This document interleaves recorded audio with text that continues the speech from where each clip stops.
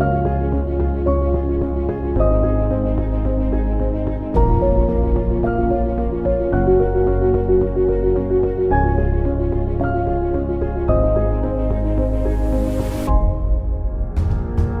സമൂഹത്തിലെ ഏറ്റവും വലിയ വില്ലൻ ആരാണ്? ലഹരിയാണ്.